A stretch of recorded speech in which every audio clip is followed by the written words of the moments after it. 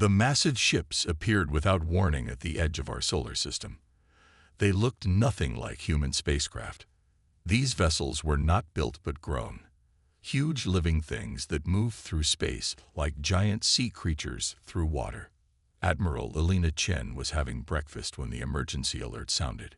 She grabbed her tablet and watched the footage from Titan, Saturn's largest moon.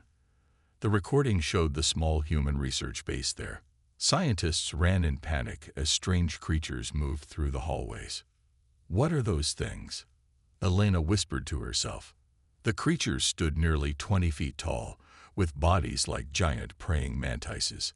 Their greenish-brown shells looked thick and strong. The scientists' bullets just bounced off them.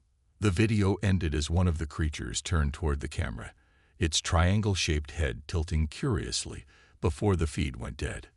Elena rushed to the command center.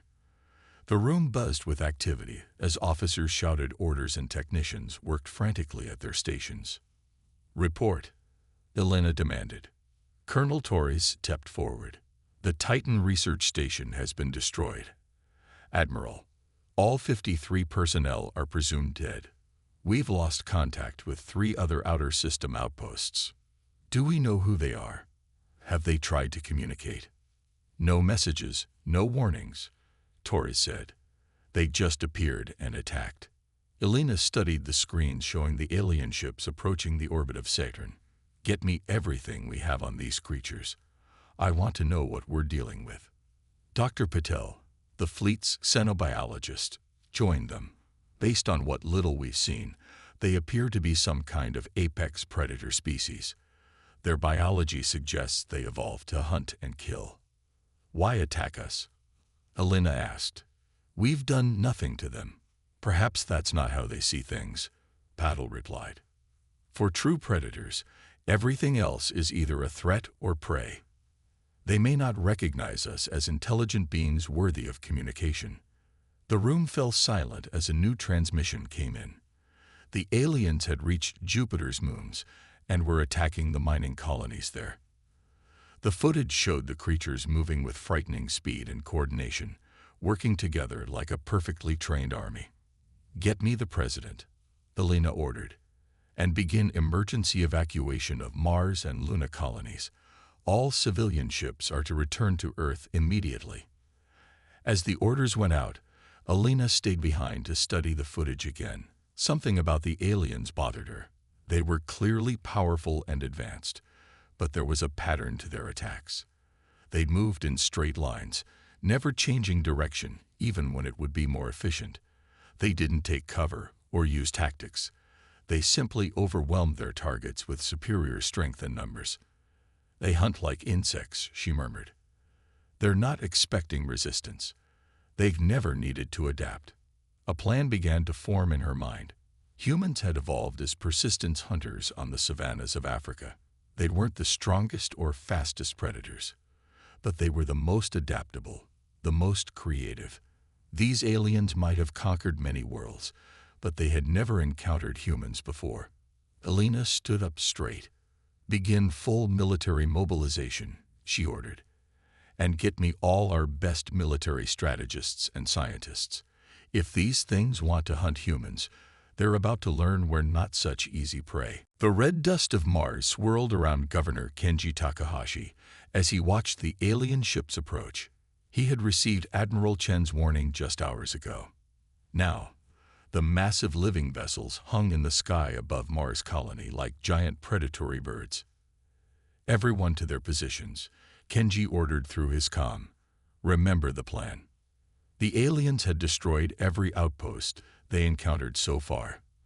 But Mars would be different. Kenji, a former Special Forces commander, had spent the last 12 hours preparing a welcome these creatures wouldn't expect. The first alien ship landed near the main colony dome.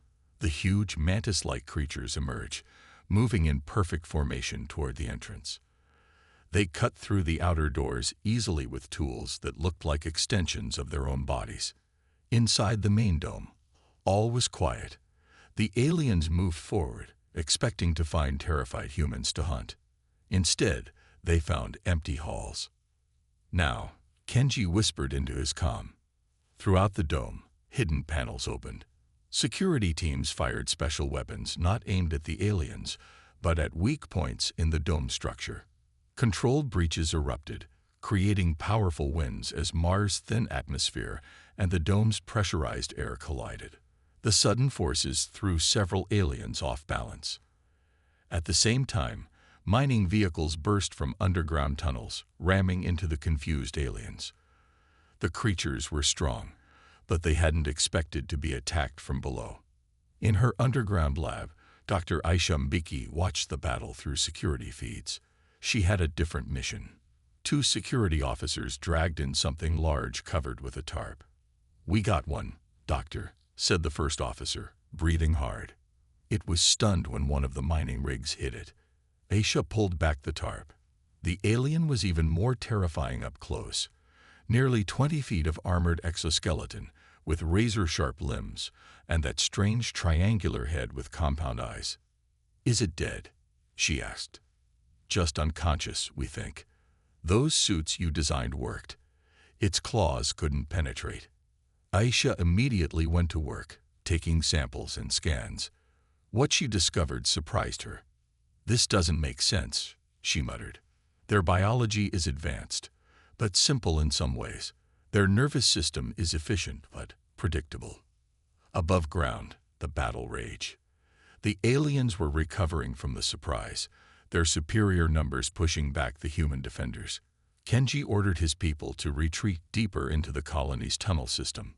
"Fall back to the Olympus tunnels," he commanded. "Make them follow us." The aliens pursued, exactly as expected. They moved quickly, but always in straight lines, never checking side passages or potential ambush points. In her lab, now relocated to the deepest level under Olympus Mons, Aisha made her report to Kenji and Admiral Chen via secure link. "These creatures are apex predators, yes, but they evolved in an environment with no real competition," she explained. "They've never needed to adapt or think creatively. They're incredibly strong, but their tactics are hardwired and inflexible." Kenji nodded grimly. "That matches what we're seeing. They're powerful but predictable. They don't adapt to new situations well." Admiral Chen's face on the screen showed the first hint of hope. "So they've never faced an enemy that fights back in unexpected ways." "Exactly," said Aisha. "And humans are nothing if not unpredictable." As they spoke, the aliens breached the outer tunnels of the Olympus complex. But instead of frightened colonists, they found another carefully laid trap waiting for them. Dr. Jackson Reed had spent his life studying Earth's predators. Before the alien invasion, he was a game warden in Kenya. Now, he sat in a room full of military officers and scientists on Luna Base, Earth's moon. "Look at how they move," Jackson said, pointing to video footage of the aliens attacking Mars colony. "See that? They're ambush predators. They don't chase, they strike. Like mantises." Commander Sofia Novak nodded. She was in charge of analyzing the aliens' attack patterns. "They're incredibly strong and fast," she said, "but they always follow the same patterns. They never change tactics, even when those tactics aren't working." For 3 weeks now, outposts across the solar system had fallen to the aliens. But at each step, humans learned more about them. "What about their communication?" Admiral Chen asked through a video link from Earth Command. Dr. Maya Wong, the team's linguist, stepped forward. "They don't seem to use sound or radio waves to communicate. Based on Dr. Mbiki's research from Mars, we believe they use chemical signals, like ants or bees." "Pheromones," Jackson added. "They're a hive mind, at least partially." Commander Novak had been quiet, studying battle reports. Now she looked up with excitement in her eyes.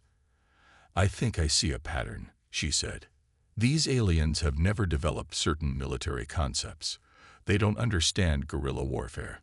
They don't use deception. They don't even understand the concept of retreat as a tactic." The room fell silent, as everyone considered this. "They've never fought anyone who could fight back effectively," Admiral Chen said finally. "They've always been the top predator. They've never needed to think differently. Jackson stood up and walked to the map showing alien positions throughout the solar system. In nature, specialized predators are incredibly efficient, but vulnerable to change, he explained. They evolve perfect hunting strategies for specific prey, but when conditions change, they struggle to adapt. We need to be the change they can't adapt to, Novak said. They worked through the night, developing a plan. The next morning, Commander Novak deliberately leaked false information about Earth's defenses, suggesting that the Jupiter moon Callisto had been abandoned and was defenseless. Just as predicted, alien ships moved toward Callisto within hours. They took the bait, Novak reported. They're attacking exactly where we expected, using exactly the same tactics they've used before. On Callisto, Captain Miguel Rodriguez and his small team waited in hidden bunkers. The aliens landed and moved toward the empty human base in their standard formation. They never look up, Rodriguez whispered to his team. Dr. Reed was right. When the aliens reached the center of the base, Rodriguez gave the signal. Hidden doors in the ceiling opened, dropping specially designed nets over the creatures. The nets weren't meant to hold the powerful aliens for long, just long enough. Now, Rodriguez ordered. His team activated devices Dr. Wong had designed based on Dr. Mbiki's research. The devices released synthetic chemicals that mimicked the aliens' communication pheromones, but carried nonsense information. The effect was immediate. The aliens froze, their movements becoming jerky and uncoordinated. Some began attacking each other in confusion. For the first time, humans had successfully disrupted the aliens' perfect coordination. It wasn't a major victory, but it proved a crucial point. The fearsome galactic predators could be confused, disoriented, and defeated by tactics they had never encountered before. Back on Luna Base, Admiral Chen received the news with a grim smile. Now we know they can be beaten. Prepare the Europa operation. The experimental stealth ship Talon moved silently through space toward Europa, Jupiter's ice-covered moon. Captain Reg of Meta stood on the bridge, watching the alien vessels that circled Europa like hungry sharks. They want our water processing facilities, he said to his crew. All alien attacks so far have targeted resources. Dr. Maya Wong nodded. She had joined the mission to continue her study of alien communication. They seem to think like machines. Identify resource, take resource, move to next target. Captain Meta smiled slightly. Then let's give them what they expect, but with a surprise. Europa was covered with ice, hiding a vast ocean underneath. Humans had built facilities to harvest water from this ocean for fuel and life support throughout the solar system. Now those facilities would become bait. All teams in position? Meta asked. Yes, Captain, his second-in-command reported. Surface team is ready with the bait. Underwater teams are in position. Begin Operation Undertow. On Europa's icy surface, a small human team made a show of desperately trying to save the water processing station. They fired weapons at approaching alien ships, made urgent radio calls for help, and generally drew as much attention as possible. The aliens responded predictably. 3 large ships landed, and dozens of the mantis-like creatures poured out, advancing on the facility in their standard attack formation. Captain Meta watched from the Talon, now hidden behind one of Europa's ridges. They took the bait.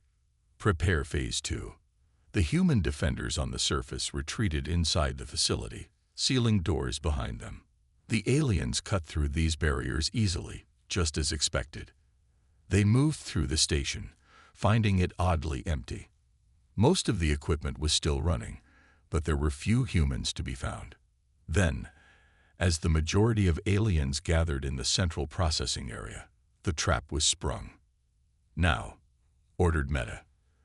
The surface team triggered explosives that had been placed at strategic points. Not to kill the aliens, that would be too difficult, but to break through the ice floor beneath them. Massive cracks spread across the processing center floor. The aliens, confused by this unexpected development, didn't retreat. They never retreated. As the floor gave way, the aliens fell into the dark waters of Europa's ocean. They thrashed about, clearly uncomfortable in the liquid environment. Though they could survive in space, they had never evolved for underwater combat. That's when the second phase began. From the depths, human figures rose in mechanical suits. These were deep-sea mining exoskeletons, repurposed for combat. Humans inside these suits could move freely underwater, protected from both the cold and the aliens' claws. Underwater team, engage, Meta ordered. The suited humans attacked the floundering aliens with harpoon-like weapons, specifically designed to penetrate the creatures' exoskeletons at their joint points. The aliens fought back, but they were disoriented and uncoordinated. Their usual precision was gone. For the first time in the war, humans had a clear advantage. The aliens couldn't use their superior strength effectively underwater. Their movements were sluggish, while the humans in their suits moved with practiced ease. Within an hour, the battle was over.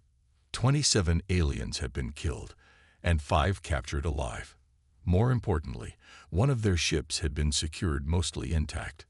Mission accomplished, Captain Meta reported to Admiral Chen. The Europa Gambit worked. Chen's face on the screen showed grim satisfaction. Good work, Captain. This is the turning point we needed.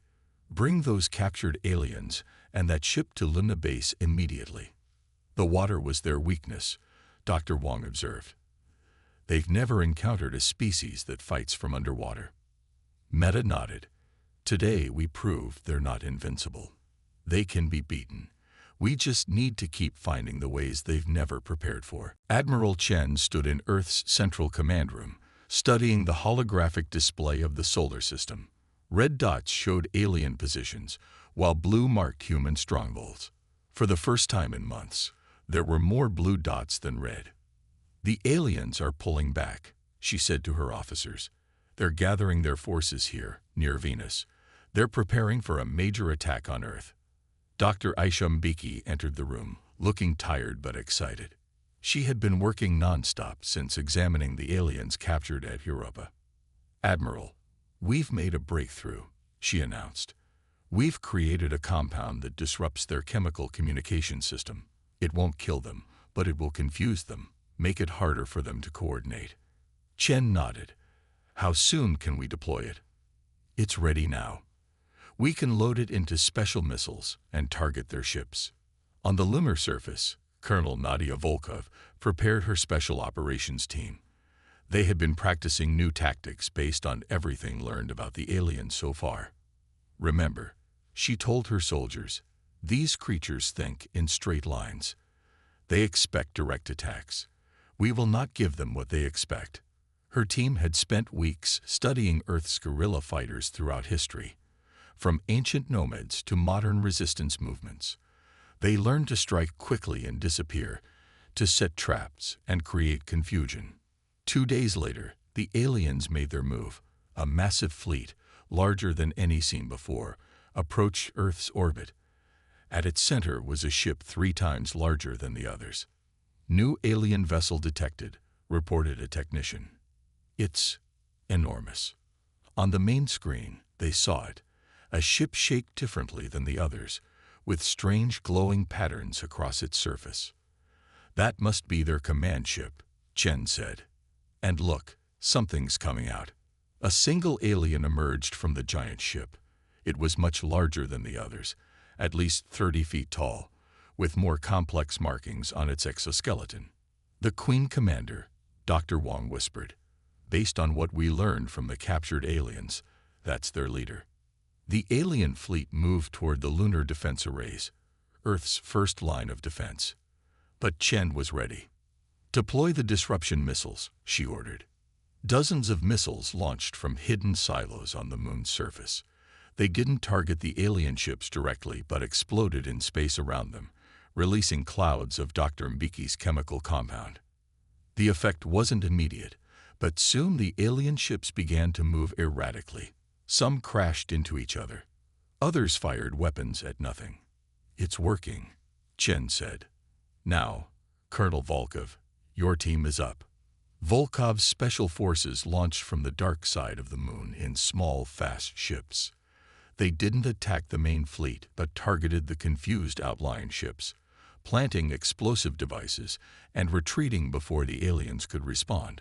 The Queen Commander's ship pushed forward despite the chaos, heading straight for the main lunar base. It seemed the leader was not affected by the disruption compound. "The Queen is still coming," Chen warned. "All lunar personnel, prepare for direct assault." What followed was the most intense battle of the war so far. The Queen Commander led hundreds of elite aliens against the lunar base. They were stronger and faster than any aliens seen before. But humans were ready with something the aliens could never understand: sacrifice tactics. Teams of soldiers deliberately drew alien forces into traps, often at the cost of their own lives. Environmental systems were weaponized, gravity controls manipulated to create zones where the aliens' strength worked against them. Hour after bloody hour, the battle raged. Then, something unprecedented happened. The Queen Commander stopped advancing. For the first time, the aliens hesitated. "They're retreating," reported a stunned officer. "The aliens are actually retreating." 6 months had passed since the aliens retreated from the lunar battle. During that time, humans had been busy. Engineers had studied the captured alien ship, learning its secrets. Scientists had examined alien bodies, understanding their strengths and weaknesses. Now, humanity was ready to take back what they had lost. The newly built ship Perseverance floated in Earth orbit. It was humanity's first true warship, combining human technology with reverse-engineered alien systems. General Elijah Okonkwo stood on its bridge, looking at his officers. "Today we take back Mars," he announced. "Not with brute force, but with something the aliens cannot understand: unpredictability." The general had developed what his staff called irrational warfare. The aliens fought like perfect predators, efficient, direct, and logical. So humans would fight in ways that seemed inefficient, indirect, and illogical.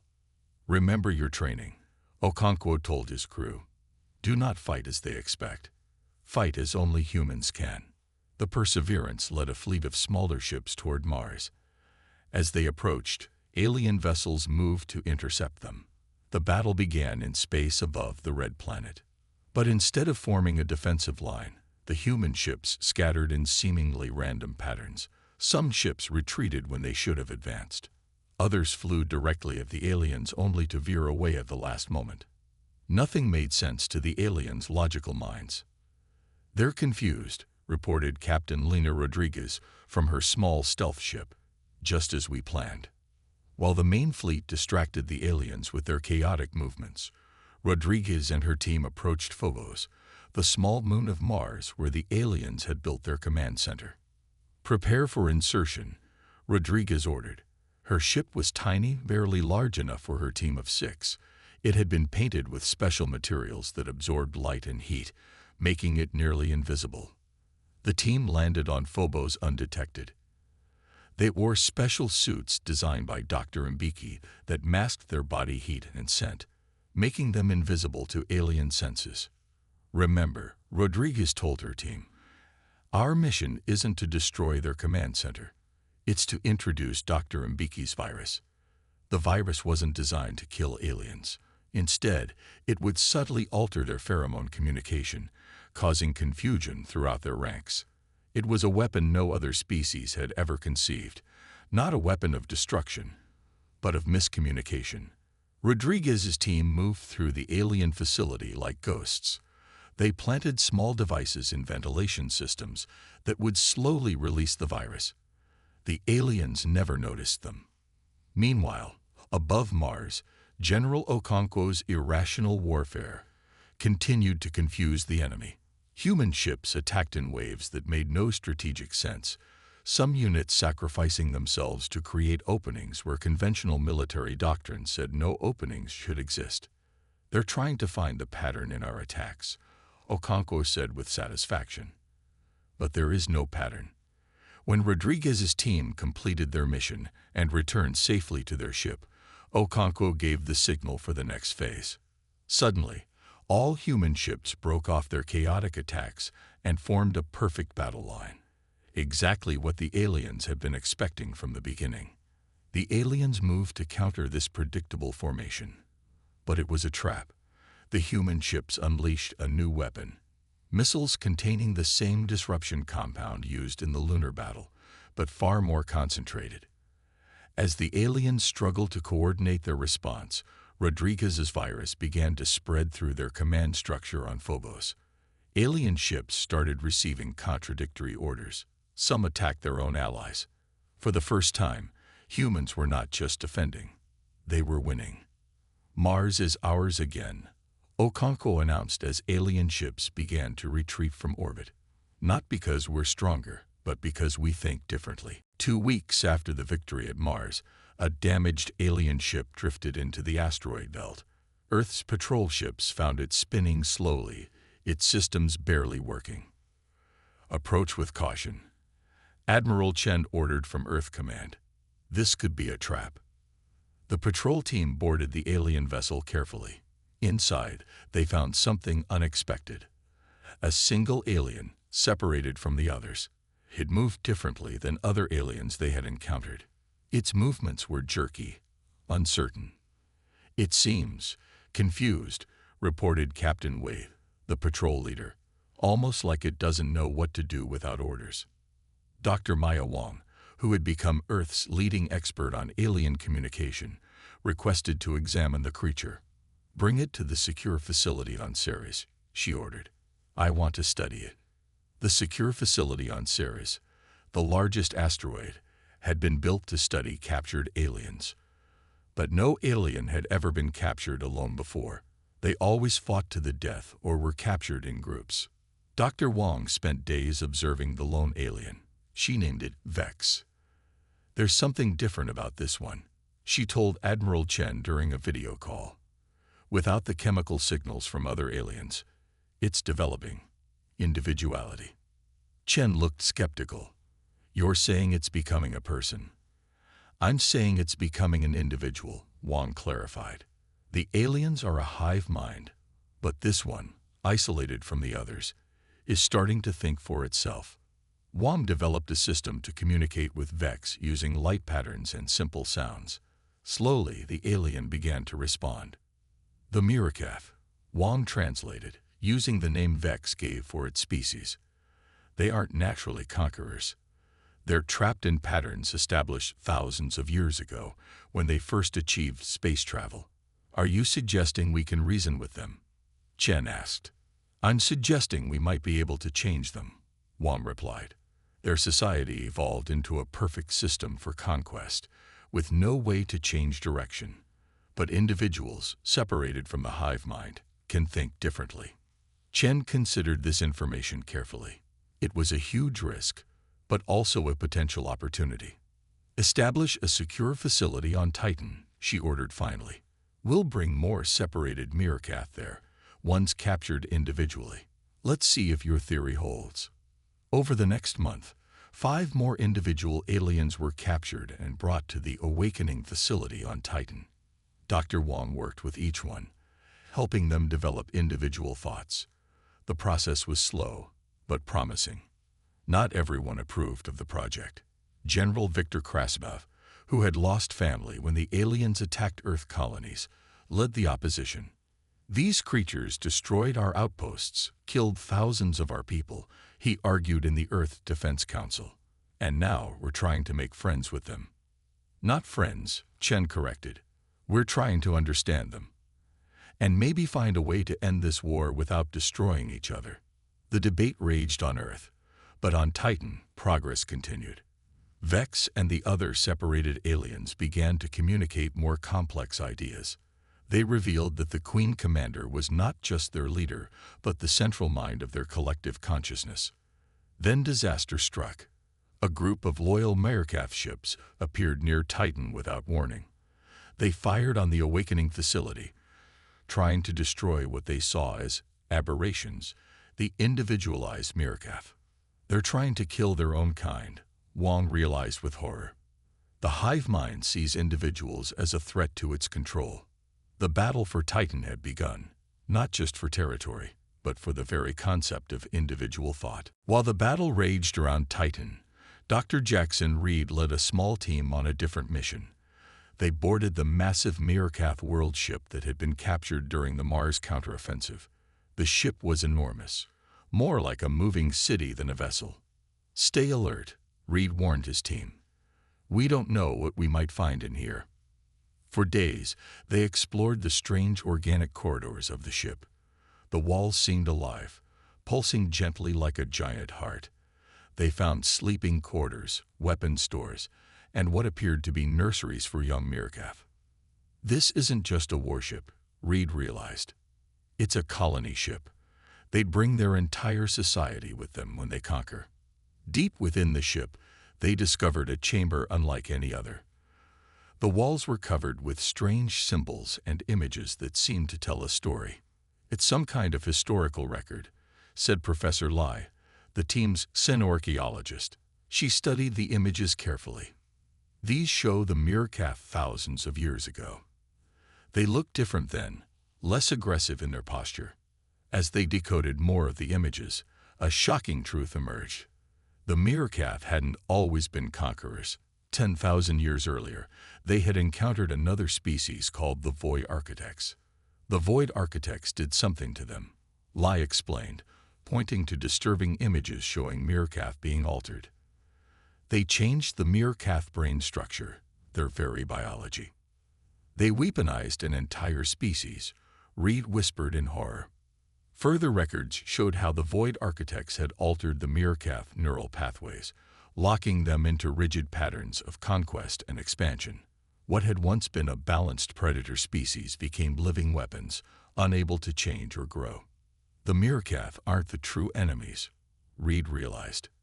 They're victims of the oldest form of biological warfare in the galaxy. Reed transmitted their findings to Earth Command. The revelation divided human leadership immediately. General Krasnov and his supporters dismissed the discovery. "It doesn't matter how they became what they are," Krasnov argued during an emergency council meeting. "They're still killing our people. Their origins don't change the threat they pose." Others, led by Dr. Mbeki, saw a different possibility. "If the Meerkath were engineered into their current state, perhaps they can be engineered back," she suggested. "We could free them from their mental prison." The debate became heated. Some saw the Meerkath as potential allies against the mysterious Void Architects, who might still exist somewhere in the galaxy. Others believed any attempt to cure the Meerkath was too dangerous. Before any decision could be made, orbital sensors detected massive energy signatures at the edge of the solar system. "Multiple Meerkath ships incoming," reported the sensor officer, his voice tight with fear. "Hundreds of them. It's an invasion fleet."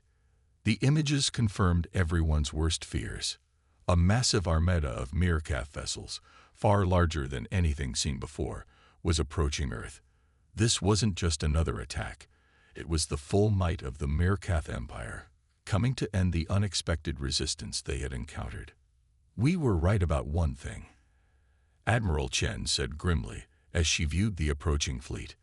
"The Meerkath had never encountered serious resistance before. Now they're bringing everything they have to crush us." The debate about the Meerkath origins suddenly seemed academic. Humanity now faced its greatest challenge: survival against overwhelming odds. The massive Meerkath fleet darkened Earth's skies. Thousands of ships, some larger than cities, positioned themselves around the planet. The ground shook as the first wave of attackers landed. In Earth's central command bunker, deep beneath the Rocky Mountains, Admiral Chen gathered her remaining officers. "This is humanity's darkest hour," she said, her voice steady despite the grim situation. "But we still have one advantage they don't understand." She called up a holographic display showing early humans hunting on the African savanna. "Our ancestors weren't the strongest or fastest predators. They were persistence hunters. They followed prey for days until it collapsed from exhaustion." Chen called this strategy Operation Persistence. They wouldn't try to match the Meerkath's strength. Instead, they would wear them down through continuous, unpredictable resistance. Meanwhile, In a secret laboratory beneath the Atlantic Ocean, Dr. Mbiki and her team worked frantically. With them was Vex, the individualized meerkat who had escaped the attack on Titan. "The compound is almost ready," Mbiki told Vex. "If we're right, it will dissolve the neural blocks the Void Architects placed in your species' brains." Vex's alien features couldn't show human emotions, but its voice translator conveyed hope. Freedom for all meerkat. Above them, the war raged. Major cities fell one by one. Billions of humans retreated to underground shelters built during the months of preparation. The meerkat seemed unstoppable. But Chen's persistent strategy slowly took effect. Human fighters never engaged directly. They struck, retreated, and struck again from unexpected directions. They led meerkat forces into traps, abandoned valuable positions only to reclaim them later. "They're getting frustrated," Colonel Volkov reported after 2 weeks of fighting. "They expected us to be conquered by now." In the underwater lab, Dr. Mbiki finally succeeded. "The neurological agent is ready," she announced to Admiral Chen. "But there's a problem. It needs to be deployed directly into the Supreme Queen's ship. The change must start from the top of their hierarchy." "That's a suicide mission," Chen said gravely. "I'll go," volunteered Colonel Volkov. "My team can get it done." The plan was desperate. Volkov and her small team would use a captured meerkat shuttle to approach the Supreme Queen's world ship. They would pose as loyal meerkat returning with information about human defenses. Once aboard, they would find the central ventilation system and release Dr. Mbiki's agent. The mission launched during a rare lull in the fighting. Volkov's team, disguised in modified meerkat armor, managed to dock with a massive world ship. "We're in," Volkov reported, moving to the ventilation hub. For tense hours, there was no communication. Then, as hope began to fade, a brief message came through. "Agent deployed. May not make it back. Tell our families we." The transmission cut off. Days passed with no apparent change. The meerkat continued their relentless attack. Humanity's resistance weakened as resources dwindled. Then, without explanation, a meerkat attack force retreated from Paris. Hours later, another group abandoned their assault on Beijing. "Something's happening," Chen said, watching the tactical display in disbelief. "They're confused." Over the next agonizing weeks, the pattern continued. Meerkat forces would advance, then suddenly pull back. Their once perfect coordination was breaking down. "It's working," Dr. Mbiki whispered, watching the reports from her underwater lab. "The agent is spreading through their hierarchy. It's just happening slowly." After 3 months of increasingly chaotic fighting, the Supreme Queen's world ship suddenly broke orbit and moved away from Earth. One by one, other meerkat vessels followed. The final battle wasn't won through strength, but through understanding the enemy better than they understood themselves. 3 months after the meerkat retreat, life on Earth was slowly returning to normal. Cities were being rebuilt. Farms were producing food again. The scars of war remained, but healing had begun. Admiral Chen sat in her office, reviewing reports on a tablet. Her left arm and leg were now advanced prosthetics, replacements for limbs lost in the final weeks of fighting. A knock on her door interrupted her work. "Admiral, we've detected an object entering the solar system," the young officer reported. It's a meerkat ship." Alarms sounded across the planet. Defense systems, carefully rebuilt after the war, came online. Fighters scrambled to intercept positions. But this ship was different. Its biological structure resembled meerkat vessels, but its shape was unlike any they had seen before. It moved slowly, making no aggressive maneuvers. Most surprisingly, it broadcast a message on all human frequencies.